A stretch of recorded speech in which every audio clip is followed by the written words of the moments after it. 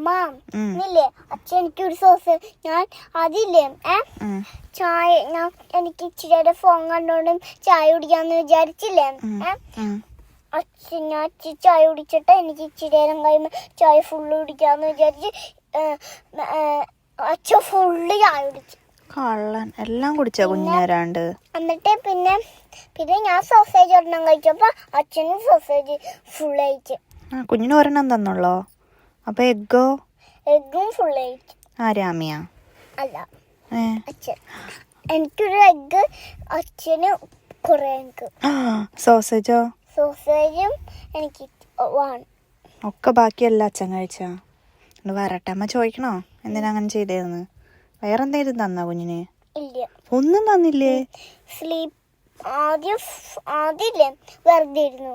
ആദ്യം ഫോൺ കണ്ടു എന്നിട്ട് സ്ലീപ്പ്. വരട്ടെ.